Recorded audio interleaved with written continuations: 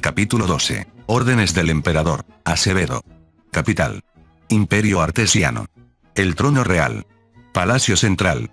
1 de diciembre de 1773. 11:42 am. 11:42 minutos horas. La capital artesiana de Acevedo vibraba con vida, sus calles bullían bajo el impulso de una mecanización temprana. En el corazón de la ciudad, el Palacio Central se alzaba con orgullo, rodeado por el gran parque donde la nobleza de primera clase paseaba bajo el sol. Los caminos de piedra ahora resonaban con el zumbido de los vehículos recién introducidos, un lujo que solo los privilegiados podían permitirse.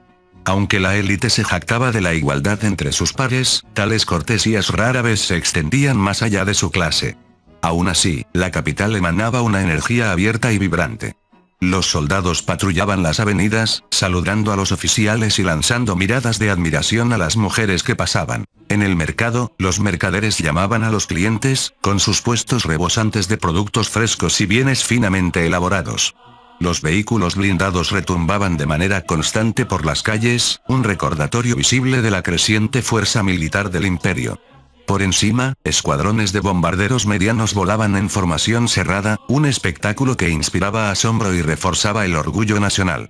El despliegue en la isla de Sajalín, una región descubierta recientemente, llenaba a los ciudadanos con un embriagador sentido de propósito, anunciando lo que muchos creían que era el inicio de una nueva edad de oro para Artesia. Dentro de los muros fortificados del Palacio Central, se gestaba una tormenta de un tipo diferente.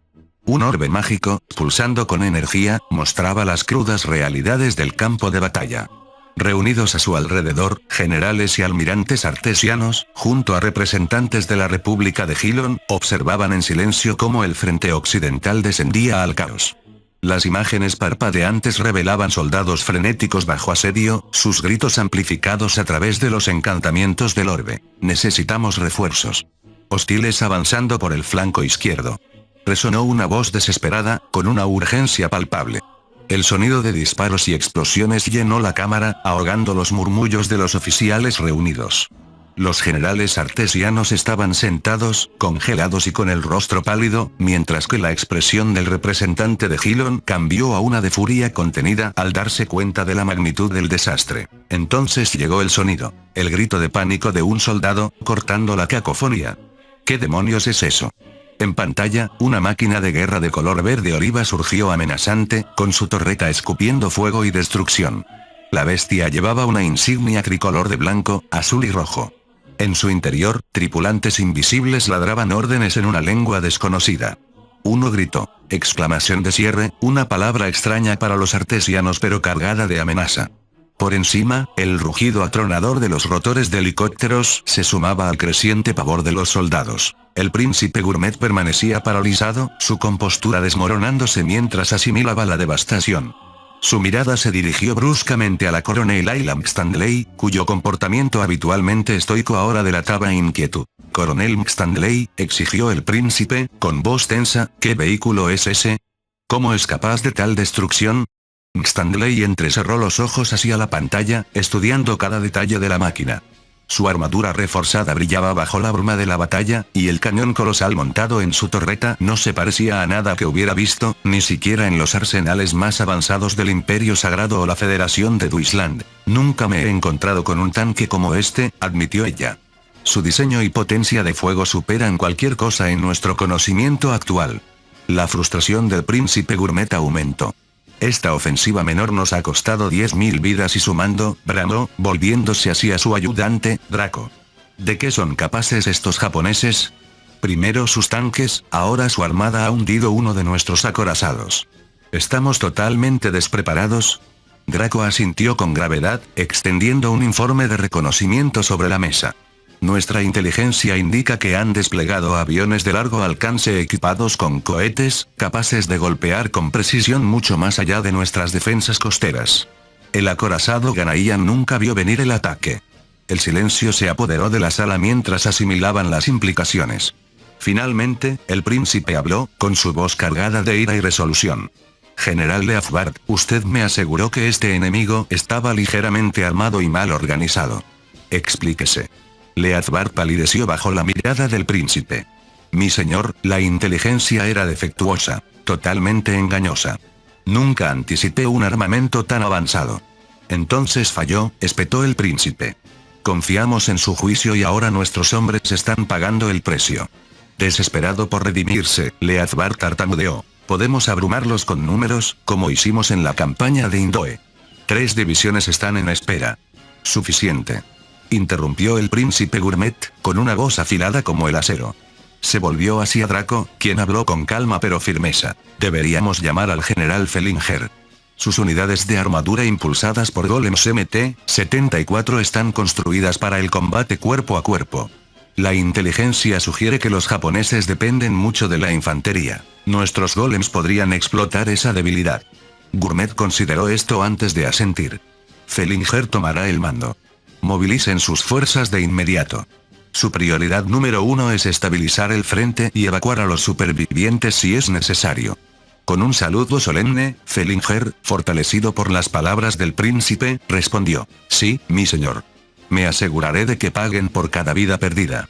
Haciendo una reverencia, se retiró rápidamente para preparar a sus divisiones para la marcha hacia el este. Mientras el príncipe Gourmet y Draco intercambiaban una mirada rápida y silenciosa, se prepararon para las sombrías discusiones que les aguardaban. Draco observó al general Fellinger salir de la sala del trono, notando su expresión severa. Una vez que los generales artesianos fueron despedidos, Draco centró su atención en los 2 representantes de la República de Gilon que permanecían allí, Alexander Rustler y otro delegado, ambos con aspecto igualmente tenso. Sin decir palabra, el príncipe Gourmet se levantó de su asiento y señaló hacia el gran ventanal que daba a la ciudad. La escena exterior era una vista impactante de la bulliciosa capital, su intrincada mezcla de arquitectura antigua y nueva, y la triste imagen de un desfile militar preparándose para dirigirse hacia el norte. Síganme, dijo, y Rustler se puso de pie, asintiendo a la coronel de la marina.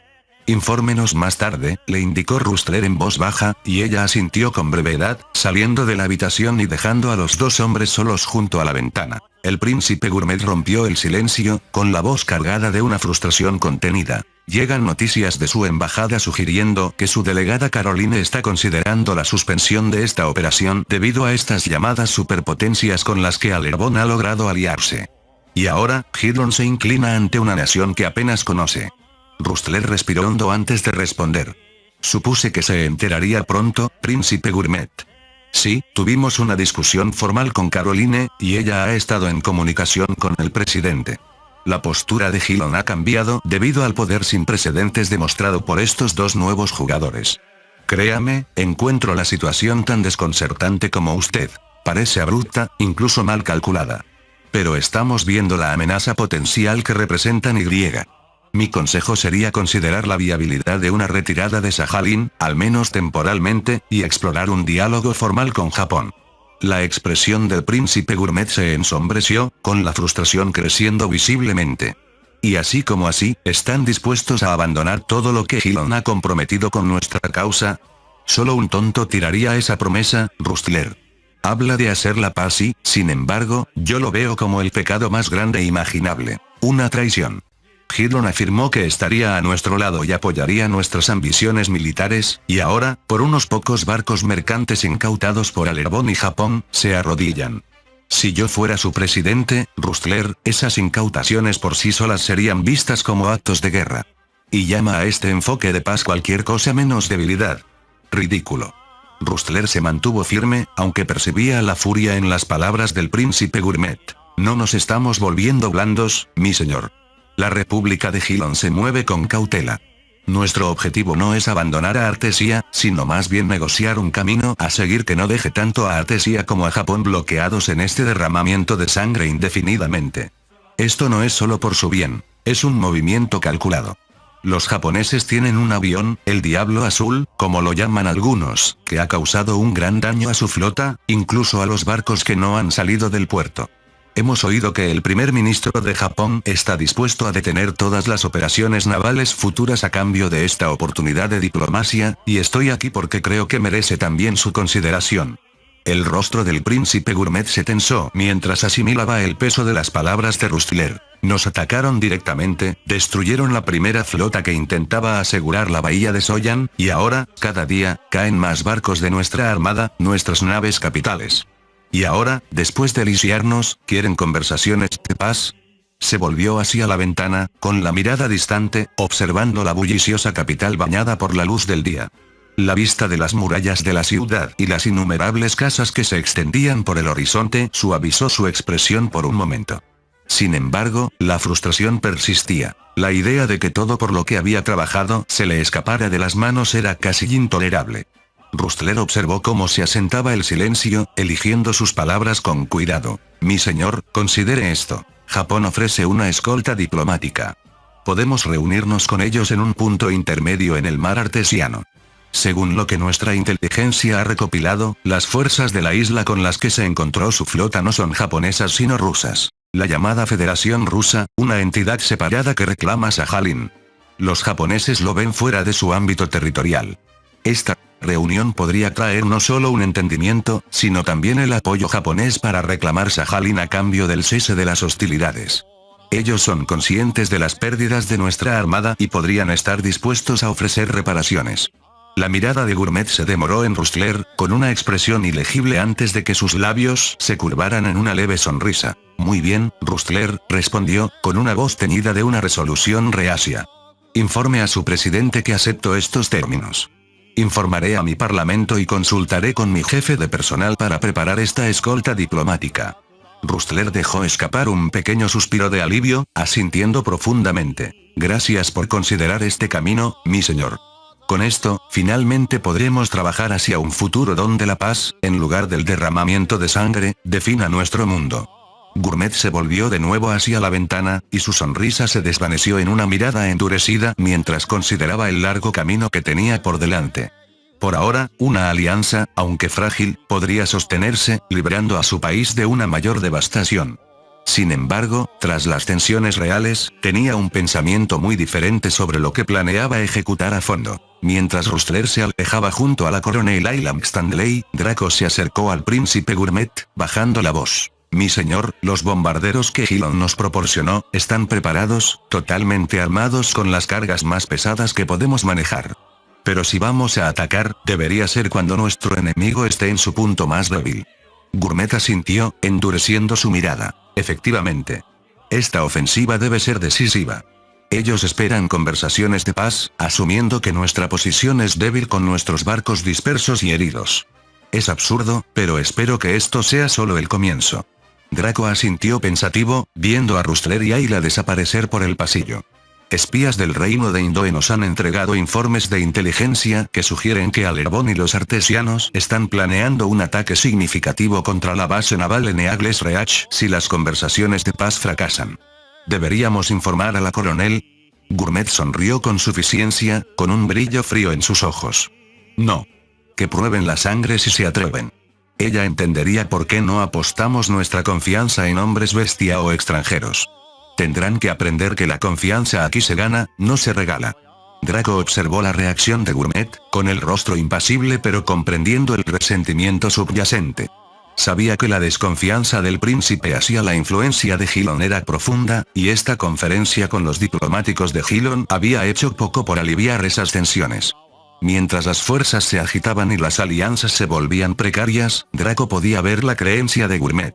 Si el mundo a su alrededor estaba destinado a desmoronarse, era mejor asegurarse de que todos compartieran el mismo sabor a ruina. Viendo a Draco desaparecer por el pasillo, el príncipe Gourmet apretó los puños, endureciendo su expresión. Al volverse de nuevo hacia las puertas de la sala del parlamento, su mirada se clavó en la coronel Ayla Stanley y Alexander Rustler. Estaban de espaldas, caminando uno al lado del otro, ajenos al resentimiento latente del príncipe. Sintió el peso de la traición oprimiéndolo, sabiendo que el compromiso de Hilon flaqueaba en un momento crítico. Habían ofrecido garantías de apoyo inquebrantable, pero ahora la realidad era cruda. A la hora de la verdad, Hilon eligió la diplomacia sobre la lealtad. La mente de Gourmet bullía con planes, cada uno reforzando su resolución de fortalecer las defensas de Artesia, libre de la dependencia de forasteros que podrían abandonarlos en cualquier momento. En voz baja, murmuró para sí mismo. Que así sea. Nos mantendremos bajo nuestros propios términos si ellos no se mantienen a nuestro lado. Con una mirada final y penetrante a los representantes que se marchaban, Gourmet se dio la vuelta. Sus pasos resonaban en los pasillos de mármol, un voto silencioso de no permitir que Artesia fuera rehén de falsas promesas nunca más. Mientras caminaban por los grandes corredores del Palacio Central, Rustler y la coronel Stanley compartían risas y anécdotas discretas, dejando atrás momentáneamente la diplomacia de alto nivel que los había consumido. Volví a ponerme en contacto con un viejo amigo de Svetlana, dijo Rustler, sonriendo. Es curioso, el chico que conocí en la escuela, por quien habría apostado que no llegaría a nada, es ahora uno de los principales delegados de Svetlana. Incluso está presionando por una asociación entre Gilon y Svetlana. ¿De verdad?, replicó Stanley, arqueando una ceja con fingida sorpresa. ¿Es el mismo chico al que solías llamar caso perdido? Supongo que finalmente te está demostrando que te equivocabas. Rustler se rió. Sí, a veces juzgar un libro por su portada no funciona. Nunca pensé que cambiaría, pero de alguna manera lo hizo. Stanley sacudió la cabeza, riendo entre dientes. La vida es extraña de esa manera. A veces desearía que las cosas fueran más simples, sin política. Solo personas, iguales y unidas. Se detuvieron en la entrada principal, donde un convoy de vehículos de la Marina de Gilon esperaba para llevar a Stanley de vuelta a Eagles Reach. El peso de sus deberes pareció asentarse sobre ellos de nuevo, devolviéndolos a la realidad. Recibí noticias del comando regional, dijo Stanley, con un tono más serio. Es probable que nos retiremos pronto. Ya hay un transporte programado. Rustler asintió con gravedad. La guerra está en el horizonte y Gilon está interesado en mantener las distancias. Si las cosas se calientan, nos aseguraremos de una evacuación completa.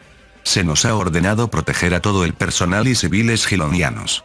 Si Japón y sus aliados hacen llover fuego, nos aseguraremos de que nuestra gente salga ilesa.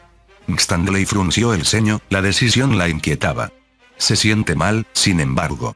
Justo después de que Alerbón insinuara que tienen aliados poderosos, de repente nos inclinamos ante un país que ha estado incautando nuestros barcos y atacando a los artesianos. Es extraño. No es fácil, pero es por el interés de todos, dijo Rustler con cautela. Sí, estamos alineados con Arsa y Duisland, pero tenemos una multitud de razones para ser cautelosos. Duisland ha estado armando a los rebeldes de Kiax y acercándose al Imperium Valeria.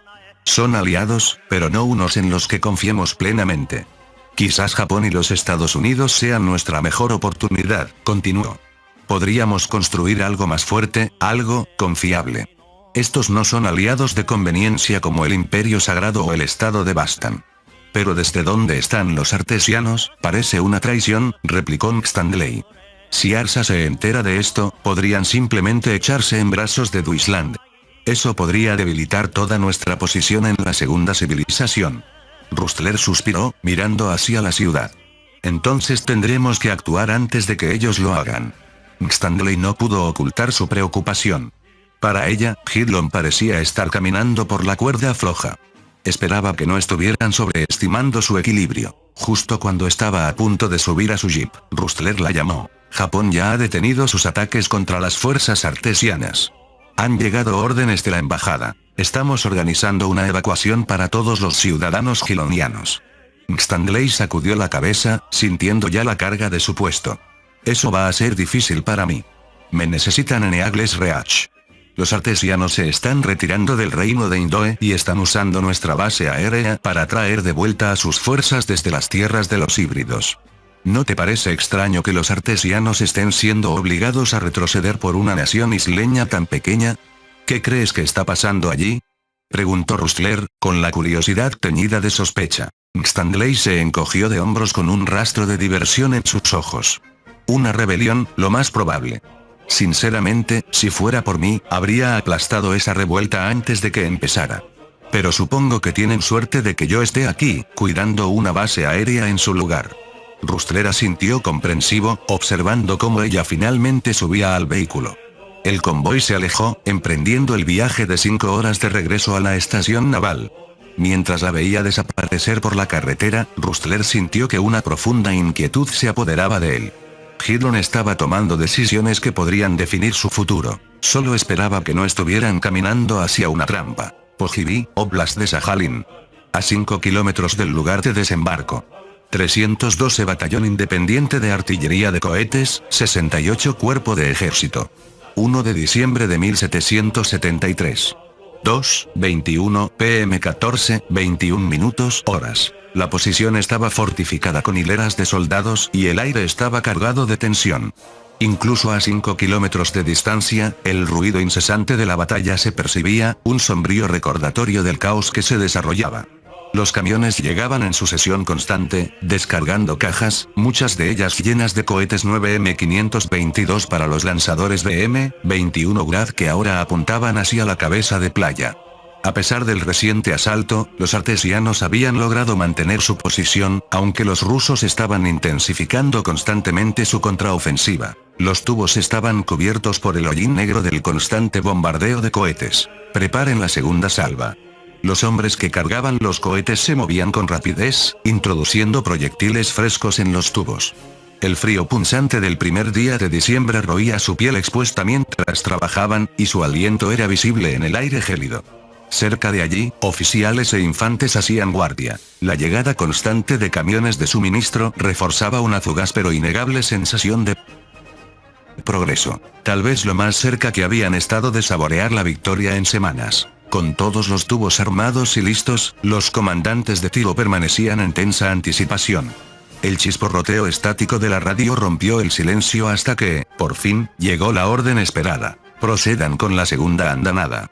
Las órdenes se transmitieron sin vacilación y los soldados entraron en acción, desatando otra salva. El cielo cobró vida en una exhibición deslumbrante mientras los fogonazos iluminaban la oscuridad y los cohetes surcaban el aire hacia arriba, dejando estelas de fuego tras de sí. Cada proyectil rugía a través del aire congelado, con su destino marcado por explosiones lejanas y atronadoras. Los invasores, maltrechos pero implacables, luchaban con uñas y dientes por mantener su control sobre la playa. Una amarga disputa sobre lo que una vez fue la orgullosa frontera de la Federación Rusa. En medio del caos, un soldado miró hacia el cielo y vio una enorme máquina rasgando las nubes. El Kamov K-52, con sus rotores gemelos contrarrotatorios cortando el aire con precisión, descendió sobre el campo de batalla. Desató una devastadora descarga de cohetes. Las explosiones retumbaron como terremotos distantes, sacudiendo el mismísimo suelo bajo sus pies. Una ola de júbilo recorrió las fuerzas rusas. Estallaron víctores mientras los soldados veían cómo su apoyo aéreo devastaba las posiciones enemigas. En medio del fragor de la batalla y el frío que calaba hasta los huesos, un sentimiento de orgullo surgió en los defensores.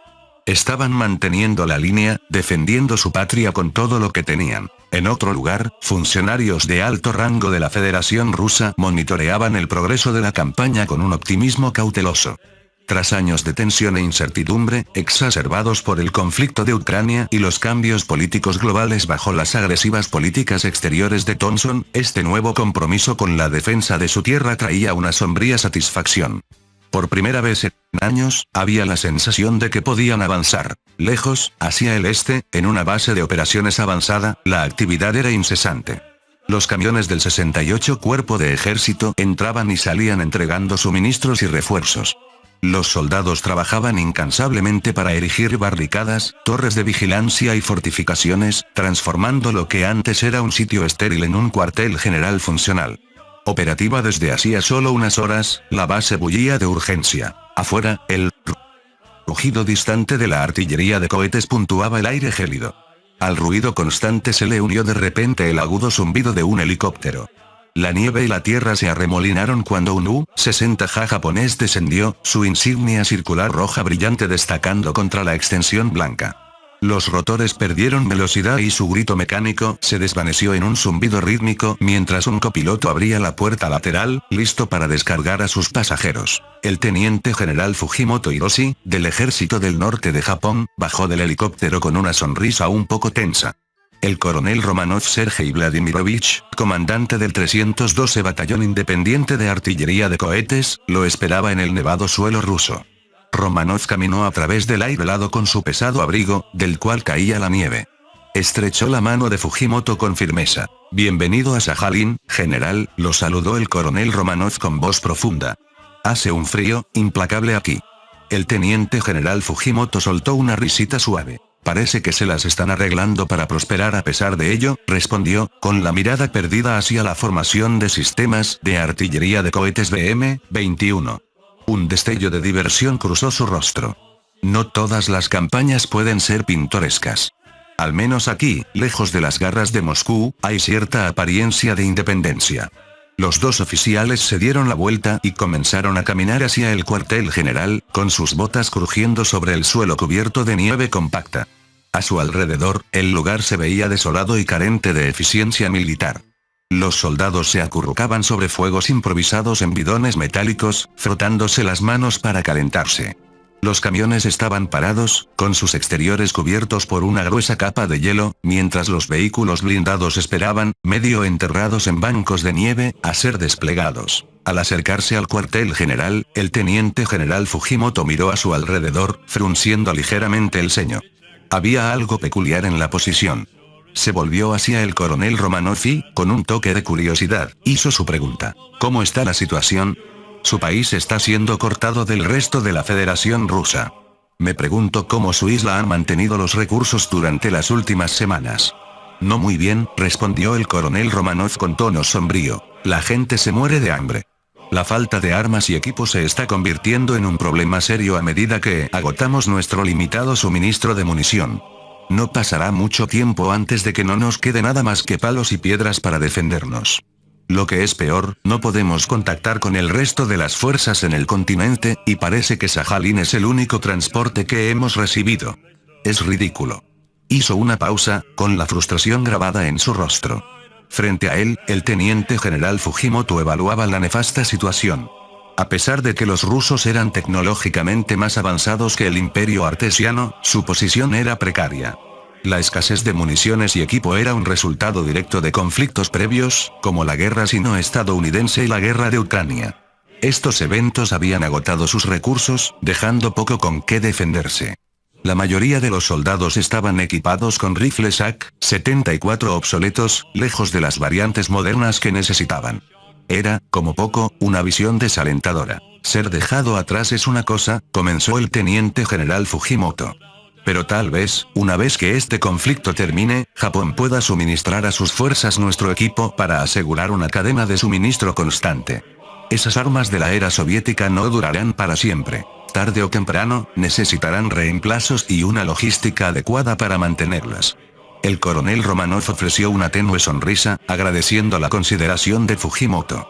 La idea de operar armas basadas en los estándares de la OTAN para sobrevivir resonaba con una lógica pragmática. Les permitiría mantener una apariencia de autodefensa en estos tiempos desesperados. Sin embargo, Romanov no podía evitar imaginar el clamor entre otros oficiales rusos si estuvieran en su lugar. La idea de depender del equipo de sus antiguos adversarios sería impensable para el orgulloso liderazgo ruso. Muchos preferirían enfrentarse a la aniquilación antes que comprometer sus ideales, aferrándose obstinadamente a la imagen del oso. Mientras caminaba con dificultad por la nieve, con sus botas crujiendo a cada paso, los amargos recuerdos de 5 agotadores años de conflicto pesaban sobre su mente.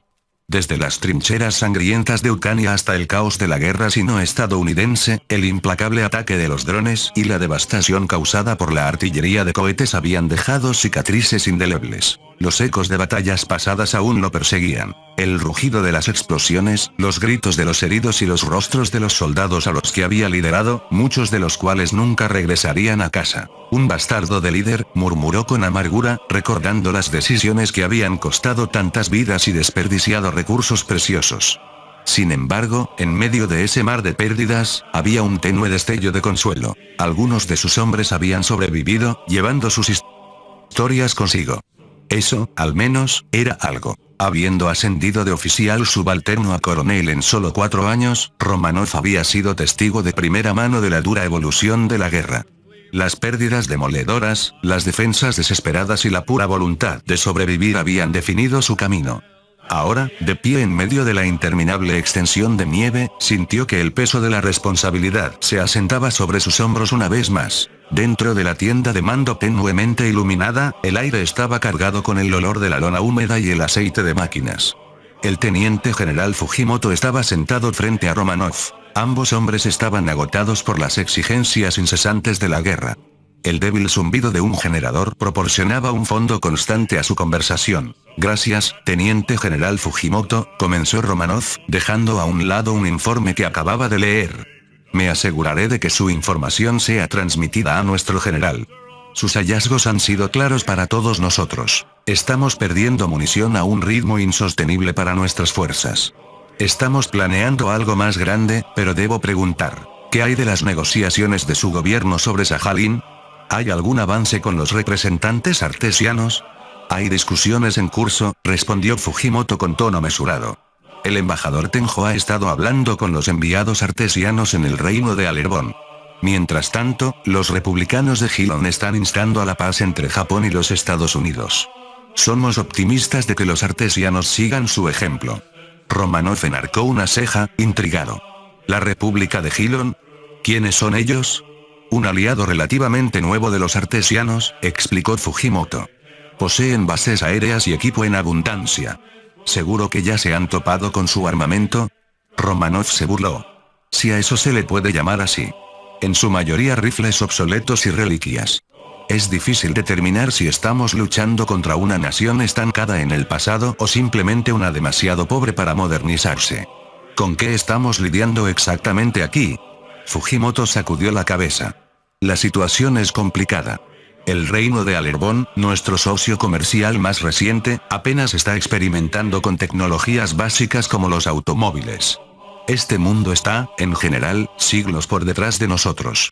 Si bien eso ofrece ciertas ventajas, también crea desafíos únicos. Romanov asintió sombríamente. Apoyar a naciones tan primitivas agotará nuestros recursos. Al menos Sajalín tiene electricidad e infraestructura. Imagine depender de velas para sobrevivir al invierno, es impensable. Nuestro primer ministro es consciente de los riesgos y se mueve con rapidez, dijo Fujimoto.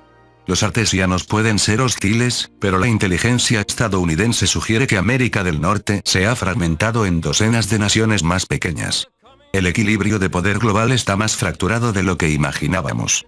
Romanov se recostó en su silla, mientras la parpadeante luz de la lámpara proyectaba sombras en su rostro curtido. Nuestros gobiernos deben actuar con decisión. Si podemos aprender de nuestros errores pasados, los remanentes de la Federación Rusa y Japón podrían forjar algo nuevo, una asociación lo suficientemente fuerte como para prosperar en este mundo fracturado.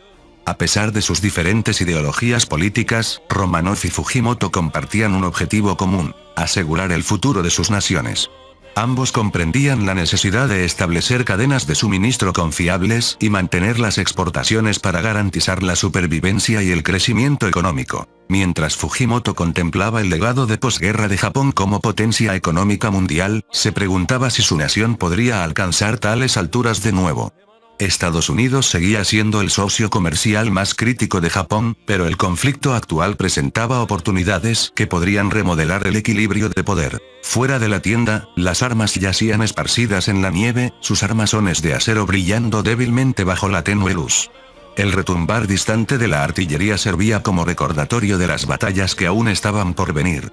Sin embargo, en medio del caos, persistía una frágil esperanza. Que la paz, aunque lejana, todavía estuviera al alcance. Por ahora, la supervivencia significaba resistencia, estrategia y la voluntad de aprovechar las oportunidades a medida que surgieran. Mientras los dos oficiales salían al viento helado, ambos resolvieron silenciosamente hacer lo que fuera necesario para asegurar el futuro de sus naciones. Fin del capítulo 12. El link a la historia del autor estará en la descripción.